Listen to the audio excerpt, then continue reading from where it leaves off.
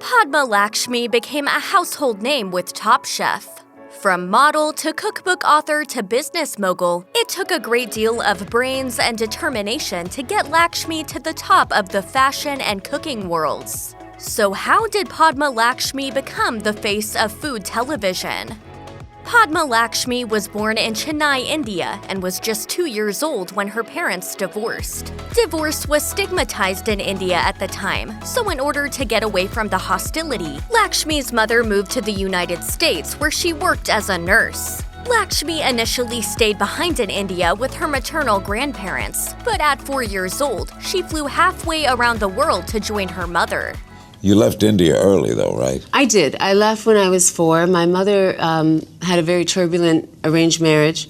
She came to New York. The pair settled in New York City, a move that would prove extremely beneficial to Lakshmi's future. While growing up in her new melting pot home, Lakshmi regularly ate foods she had never tried before, which helped create her lifelong love affair with food. Lakshmi would eventually move to Los Angeles with her mother and stepfather, and she visited India each year to see her family. We've seen her enjoying every type of meat under the sun on Top Chef, but Lakshmi was raised on a strict vegetarian diet, or as she described it, a lacto-vegetarian Hindu Brahmin diet. Lakshmi told NPR that her diet consisted of plenty of beans, lentils, and vegetables as a child, and she didn't start eating meat until she was a teenager. Although she is no longer a vegetarian, Lakshmi does try to stick to a plant-based diet whenever she's not eating Top Chef contestants' dishes. The former model told HuffPost about her diet, saying, "It makes your skin more beautiful and affects your hair, your eyesight, all of those things." According to Distractify, Lakshmi is such a proponent of the plant-based diet that she keeps suggesting an all-vegetarian season of Top Chef. One of the most transformational moments in Padma Lakshmi's life occurred when she was just 14. During a car ride with her parents, the vehicle suddenly went off the freeway and fell 40 feet into an embankment.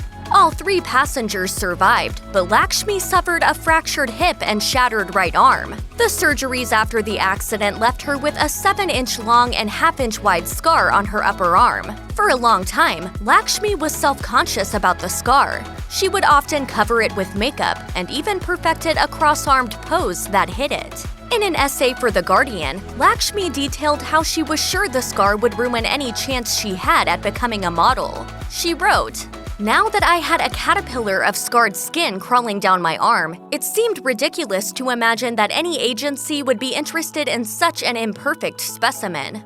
But the scar would help Lakshmi elevate her modeling. She got noticed by famous photographer Helmut Newton, who helped take Lakshmi's career to another level. She told Playboy, "He loved my scar, and by extension he made me think differently about myself. All of a sudden, it was something to celebrate, or at least not to be ashamed of. Everything in life shapes you." After she caught the eye of legendary photographer Helmut Newton, Padma Lakshmi's modeling career quickly took off. She began modeling for well-known luxury brands including Armani, Versace, and Ralph Lauren, and worked in the fashion capitals of the world, including New York, Milan, and Paris. Lakshmi also became known as India's first supermodel. Lakshmi has mixed feelings about her time in modeling, according to PBS NewsHour. It allowed her to travel and see the world, but her modeling career never felt personally rewarding. Lakshmi said, "I know that my looks are really the alchemy of my parents' genetics and have little to do with me or any accomplishment of my own." Padma Lakshmi's modeling career eventually led to auditioning for acting roles. It seems like a natural next step, considering she studied theater and American literature in college. Lakshmi appeared in a few Italian television series before nabbing a role in the Mariah Carey movie Glitter. Though it's widely considered one of the worst movies of all time, Lakshmi has no shame about taking the job. She said, "Oh, the money. Had Steven Spielberg called me with the script to a modern Citizen Kane, I'd have done that. But as an actress starting out, you don't get to choose. The thing is, it was fun. What's important to know about Mariah Carey is that nobody can sing the way she does." Lakshmi had bit parts in a few other movies and television shows after that, but eventually she left acting behind for greener pastures. Padma Lakshmi entered the field that would eventually make her a household name when she published her first cookbook, Easy Exotic, a model's low-fat recipes from around the world in 1999. The transition from modeling to cookbook author may seem like an odd one, but Lakshmi had been preparing for it most of her life. According to NPR, she would carry a notebook with her to jot down recipes for relatives' dishes, and spent any extra money she had on cookbooks. To get her book deal, she cooked one of her recipes, put it in a Tupperware dish, took a flight to New York to her publisher's office, and told the executive to eat it that night. The rest is history. The cookbook would become a bestseller and win the Best First Book Award at the 1999 Gourmand World Cookbook Awards. In 2007, Lakshmi released her second book, Tangy Tart Hot and Sweet, a collection of simple, sophisticated international recipes. Though she had built a successful career as a model, author, and host, Padma Lakshmi didn't really hit it big until 2006, when she took over hosting duties on Top Chef during its second season, replacing original host Katie Lee Joel. Although she had hosted food shows before, Lakshmi suffered from a case of imposter syndrome when she first joined the cooking competition show. It was a world-famous chef that gave her a confidence boost. She said, "I heard Eric Ripert say to another chef, 'No, Padma has a really sensitive palate, like one of the most sensitive palates of anyone I've ever met.' Anytime I felt insecure or insufficient, which I did a lot on that set, all I had to do was rely on what I did know rather than what I didn't know." Hiring Lakshmi proved to be a good move for the show. Ratings increased during her first season hosting, and Top Chef was nominated for an Emmy. 3 years later, the show took home the award. Padma Lakshmi may have a large platform to speak her mind on Top Chef, but she is determined to have her voice heard as far as it can travel when it comes to fighting for causes she believes in. Lakshmi has never been shy of throwing her support behind those she feels have been disenfranchised, including immigrants like herself and refugees. Equal rights means equal rights for everyone in our country, even those who are not necessarily citizens. But much of the self-described feminist activism has centered around women's rights. A friend of Lakshmi's told Glamour, "She is 100% about supporting women, and she's been doing it since before everyone woke up to that. She's never been afraid to tackle painful subjects. I think it's because she faced so much growing up. It's almost like she's speaking up for the young Padmas out there."